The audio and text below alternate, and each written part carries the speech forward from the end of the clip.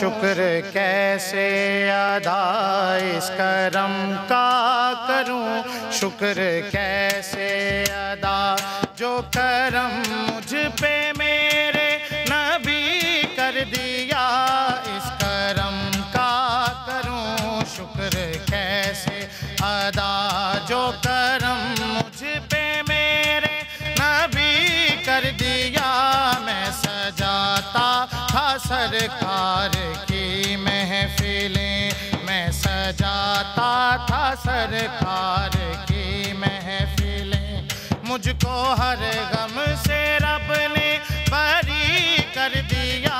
میں سجاتا تھا سرکار کی محفلیں، ذکر سرکار کی ہے بڑی برکتیں، ذکر سرکار کی ہے بڑی برکتیں، مل گئی راحتیں عظمتیں رفتیں، مل گئی راحتیں عظمتیں رفتیں۔ میں گناہ گار تھا بے عمل تھا مگر، میں گناہ گار تھا بے عمل تھا مگر، مصطفیٰ نے مجھے جنتی کر دیا۔ میں گناہ گار تھا بے عمل تھا مگر، مصطفیٰ نے مجھے جنتی کر دیا۔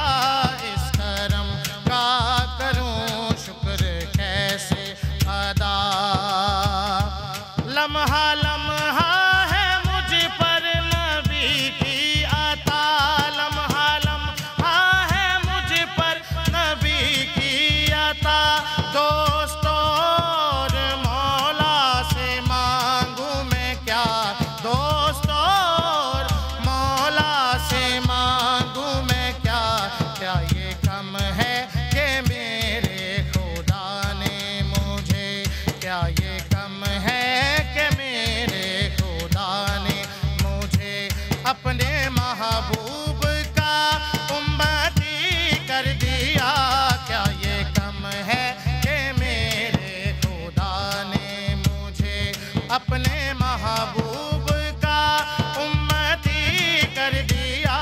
اس کرم کا کروں شکر کیسے ادا جو در مصطفیٰ کے گدا ہو گئے، جو در مصطفیٰ کے گدا ہو گئے، دیکھتے دیکھتے کیا سے کیا ہو گئے، دیکھتے دیکھتے کیا سے کیا ہو گئے، ایسی چشمے کرم کی ہے سرکار نے، ایسی چشمے کرم کی ہے سرکار نے، دونوں عالم میں ان کو غنی کر دیا۔